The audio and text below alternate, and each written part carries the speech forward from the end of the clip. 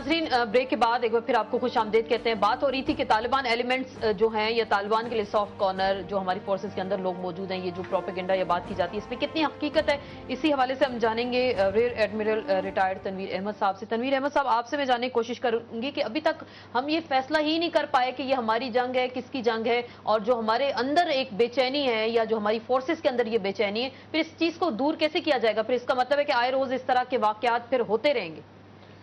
आसमा, देखें, सबसे पहले जब आपको ऐसे डिसीजंस करने होते हैं तो पॉलिसी डायरेक्टिव्स गवर्नमेंट की तरफ से आते हैं और उनको चाहिए कि पहले आइडेंटिफाई कर लें। As far as the government is concern, उनको तो दुश्मन ढूंढने की जरूरत है ही नहीं, वो खुद सबसे बड़े अपने दुश्मन हैं। सही, बिल्कुल। कोई दो बंदे एक पेज पे नहीं है। आपकी दो डीसीसी की मीटिंग्स हो गई एंड अनफॉर्चुनेटली आपके मिनिस्टर ऑफ डिफेंस दोनों मीटिंग्स में मौजूद नहीं थे। सही। ये कितनी शर्म की बात है कि जिनकी रिस्पॉन्सिबिलिटी थी उन्होंने मुनासिब समझा कि वो अटेंड ना करें। हिलरी क्लिंटन सेक्रेटरी स्टेट तशरीफ लाती हैं, आपके पास कोई minister for, excuse me my saying, for given affairs भी कोई नहीं है। बिल्कुल। ये हुकूमत की तरफ से जो हमारे साथ मजाक किया जा रहा है, क्योंकि इनको तो फॉरेन मिनिस्टर की जरूरत है ही नहीं। उसकी वजह यह है कि इनकी पॉलिसी यहां तो बनती कोई नहीं, वो तो अमेरिका से बन के आती है। जैसे वो हुक्म सादर करते हैं ये आगे पास कर देते हैं। अब वक्त आ गया है that the civil society and the जो senior element in our country वो इनको कहें कि भाई we had enough of this. अब आप जरा थोड़ा सा अपना किबला सीधा करें जी। हमारे पे बहुत पाबंदियां पहले लगी हैं। हमारे अवाम गरीब जरूर है मगर गयूर है। हमें और ज्यादा अगर जलील करेंगे तो इसकी और प्रॉब्लम्स होगी और बड़े इनको सख्त नताइज का सर, अवाम क्या करें? अवाम के तो बेसिक अपने मसाइल हैं, रोटी कपड़ा मकान, महंगाई है, लाकानूनियत है। अवाम तो उन इश्यूज में से ही बाहर नहीं निकल पा रहे, तो उनको तो क्या पता ही नहीं कि मुल्क में हो क्या रहा है। आसमा, आई ड्रेड द डे जब अवाम इन डंडे लेके इनके पीछे लग जाएगी। और मैं आपको ये कह रहा हूं, मुझे नजर आ रहा है कि दी डेज आर नॉट फार। ये जो पहले तो हमें ये डिफाइन करें ना, ये नेशनल इंटरेस्ट, ये जो पार्टी है जो करती है वो नेशनल इंटरेस्ट में करती है। लेकिन डिफाइन सर कौन करेगा? नेशनल इंटरेस्ट डिफाइन कौन करेगा? मैं करूंगी, आप करेंगे, कौन डिफाइन करेगा? हम तो देख रहे हैं यहाँ तो बंदर बांट लगी हुई है वजीरों की, यहाँ मौजें लगी हुई है, हुकूमत सब कुछ बांट रही है, फिर कहा जाता है कौमी मुफाद में, वसीता कौमी मुफाद में ये फैसला किया गया। नेशनल इंटरेस्ट है क्या? खुद तो बांट रहे हैं, बाकी की पब्लिक को डांटते रहते हैं। वो जो स्टेटमेंट्स देते हैं वो इतनी रिडिकुलस हैं और शर्म आती है कि इनको मैं कैसे रिस्पॉन्सिबल इंडिविजुअल कहूं।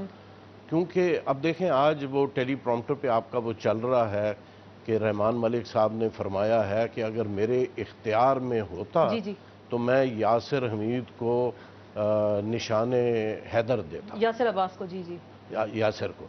अब देख, मैं यासिर ने जो काम किया है, हैट्स ऑफ टू हिम।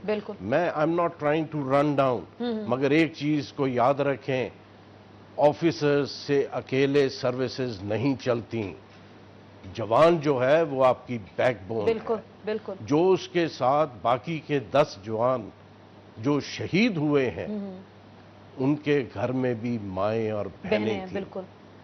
उनके घर, उनका भी खून वैसे ही रंग का था जैसे। बिल्कुल, उन शहीदों को हम सलाम पेश करते हैं जिन्होंने पाकिस्तान के लिए अपनी इतने दिनों से, and I have an axe to grind with the press, with the print media and the electronic media also. आप लोगों ने भी खामोशी इख्तियार की हुई है।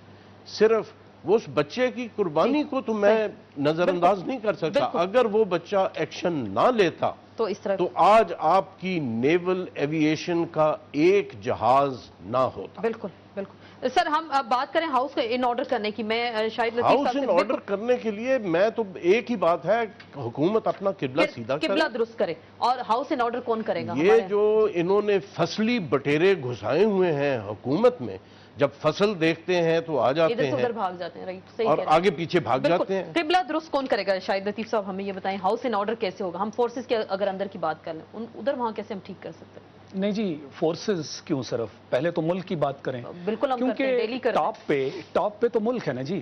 अब फोर्सेस तो उसका दिफा करती हैं, तो फोर्सेस जो हैं किबला दुरुस्त करने के लिए, बल्कि उनका किबला भी जो डिसाइड होता है वो टॉप से ही होता है। That's right. आपने डिसाइड करना है कि आपका नेशनल इंटरेस्ट क्या है, उसके मुताबिक आपने एक नेशनल पॉलिसी बनानी है। माजरत के साथ, आप दोनों फोर्सेस से आपका ताल्लुक है, माजरत के साथ सिविलियन गवर्नमेंट है, डेमोक्रेटिक गवर्नमेंट है, लेकिन पॉलिसी कौन चला रहा है? आप भी अच्छी तरह जानते हैं, मैं भी जानती हूँ, फॉरेन पॉलिसी कौन चला रहा है? फॉरेन मिनिस्टर क्यों नहीं है? जब आपका GHQ अगर करेगा तो फिर बाकी आप खुद समझदार। इसका जवाब मैंने काफी जगहों पे दिया है और लोग मुझे कहेंगे कि वही जवाब है और बार बार दिए चले जा रहे हैं। नहीं, आप एक बार और दे दें। जी मैं देता हूँ, बिल्कुल देता हूँ। बड़ी सिंपल सी बात है जी, कि मैं ये कहता हूं कि मैंने जैसे अभी आपसे कहा कि हमारी जो डायरेक्शन है उसका तयन तो आपकी रिप्रेजेंटेटिव गवर्नमेंट ने करना होता है, ठीक है जी। पार्लियामेंट है आपके पास जो कि सॉवरन भी है और सुप्रीम भी है। तो अगर यहाँ पे लोग बैठ के सिर्फ वक्त गुजारेंगे, और ये क्या उनके इंटरेस्ट में शायद ये होगा कि इंटरेस्ट को वो एम्बिगुअस रखें, ताकि जैसे आपने कहा कि जब मैं कोई काम करूंगा तो कहूंगा यही कौम के इंटरेस्ट में है, लिहाजा आपके पास अगर रेफरेंस ही कोई नहीं तो किससे कंपेयर करेंगे?